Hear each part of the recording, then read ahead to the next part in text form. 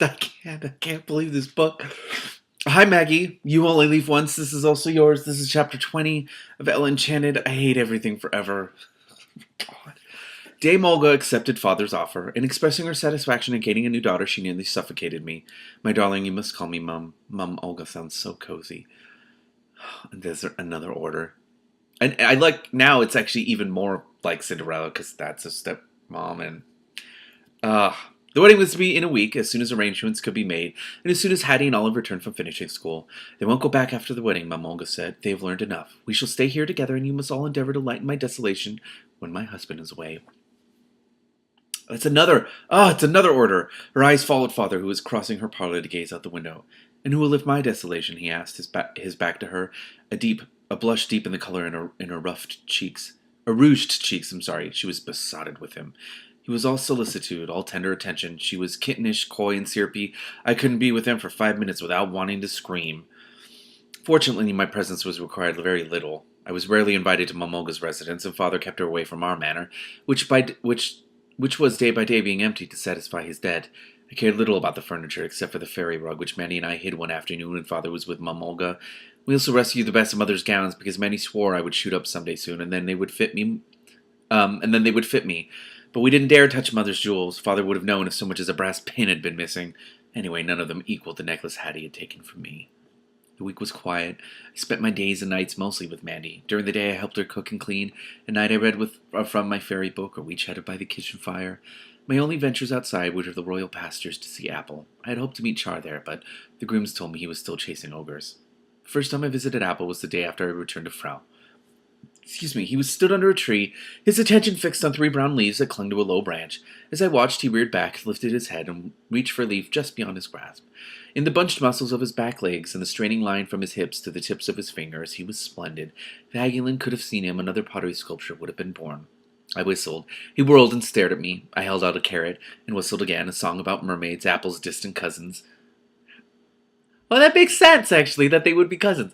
When he saw the treat, he smiled and trotted to me, both hands extended. Soon he let me pet his mane, and when I whistled, although no food was in sight. It wasn't long before the sight of me inspired as much happiness as a carrot. I began to confide in him. His wide-eyed attention was an invitation, and his trick of cocking his head to one side while I spoke made me feel that every word was a revelation, although he understood none of it. Hattie hates me and makes me do things, never mind why. Olive likes me, which is hardly an advantage. Mum Olga is odious. You and Mander are the only ones who love me, and you're the only one who will never order me about. Stop doing this, Gail Carson Levine. Why do you keep doing this to me? This is like the saddest thing. Ugh. Apple watched my face, his sweet empty eyes staring into mine, his lips curled into a smile. The wedding was held in the old castle. Mum Olga wanted it to take place in our manor, but Father said the castle would be more romantic. Against such an argument, she had no weapons. When we arrived, Father went in straight away to see the details of the ceremony and of the mass ball that would follow. I slipped into the garden to visit the candle trees, which, devoid of their leaves, resembled rows of skeletal arms bent at the elbows. The day was cold. I passed the candles and marched up and down an avenue of elms, trying not to freeze. I even tied on my mask in a vain attempt to keep my nose warm. No matter how cold I felt, I was going to stay outside until several guests had arrived. My toes and fingers were numb before I deemed it safe to enter. As soon as I did, ugh! Hattie rushed at me, her new false tresses bouncing. Ella, I've missed you so. She was about to embrace me, and, I warrant, whisper a command in my ear. I stepped away. If you speak to me at all today, Hattie, I hissed, I'll snatch off your wig and pass it around to the guests. But not a word. God, that's kind of amazing. Taking off my cloak, I walked to the fire and remained there while the buzz of conversation grew behind me. There was nothing to tempt me to turn. The flames were more interesting than the talk. I wondered what made the air in front of the fire shimmer so.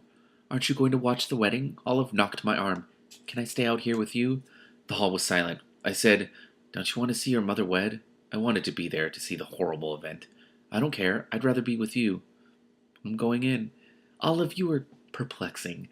She followed me, and we slipped into the last row of seats. Father and Mum Olga faced an alcove in which stood High Chancellor Thomas, who had begun to marry them. His speech sounded familiar because he'd used almost the same phrases at Mother's funeral.